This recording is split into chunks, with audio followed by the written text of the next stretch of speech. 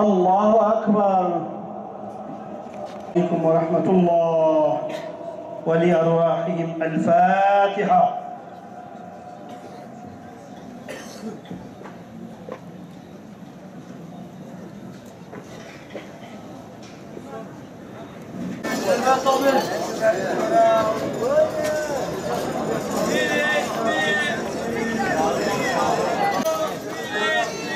Allah'ım hamdülillah.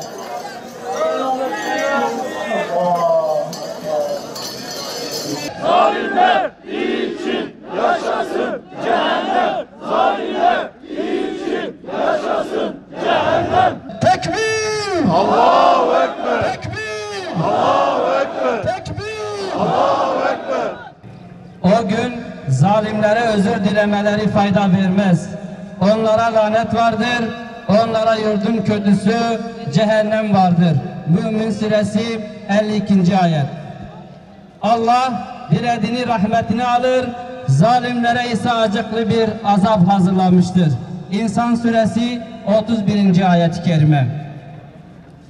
Yaklaşık bir yıldır bölgede yaşanan çatışmalar, düzenlenen operasyonlar ve sokağa çıkma yasakları nedeniyle hiçbir dönemde meydana gelmeyen acı ve mağduriyetler küfesi mazlum Kürt halkının sırtına bindirildi. Bu süreçte şehirler harabeye çevrildi. Tarihi mekanlar ve manevi miras yok edildi. Her şeyden önemlisi de halkımızın canı bir hiç pahasına emperyalistlerin kirli oyunlarına ve devrimci ütopyalara kurban edildi. Fantezilerini Kürt halkının kanıyla diri tutmaya çalışanlar her yeni gün yeni bir katliama imza atıyor. Yaklaşık bir yıldır devam eden şiddet ortamı halkı sadece canından bezdirmedi, hayatlarını da ellerinden aldı.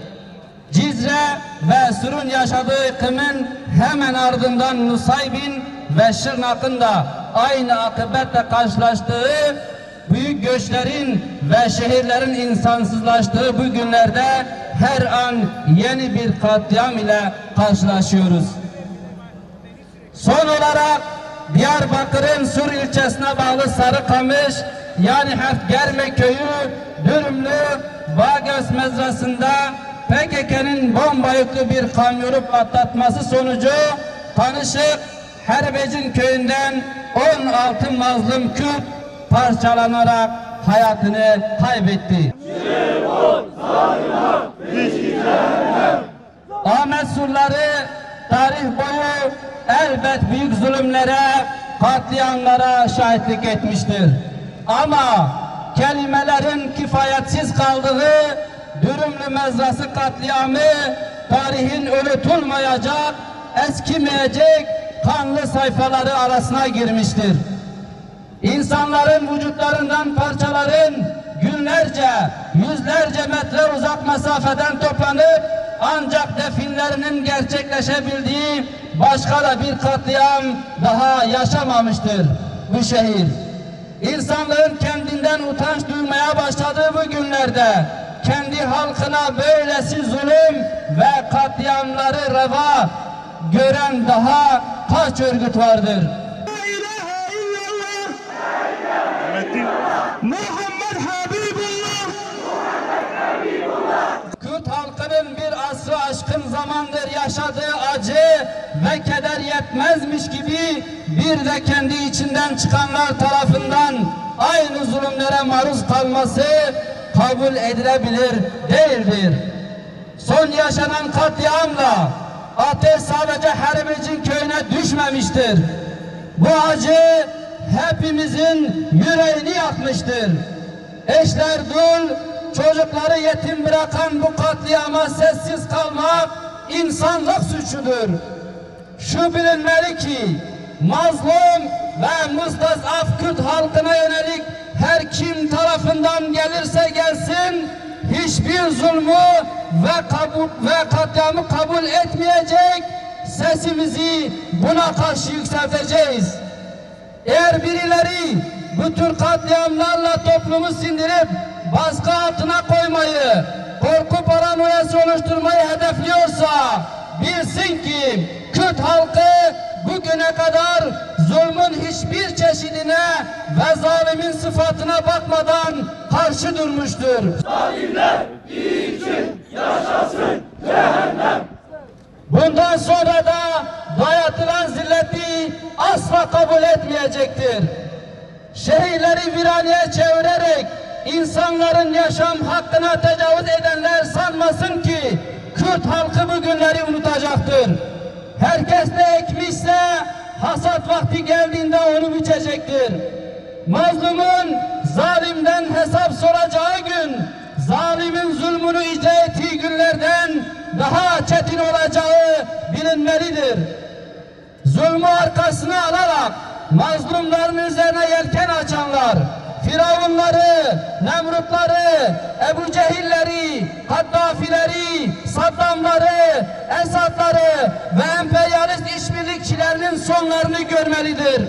Çünkü bu zifiri karanlık geceyi yırtacak şafak elbet gelecektir.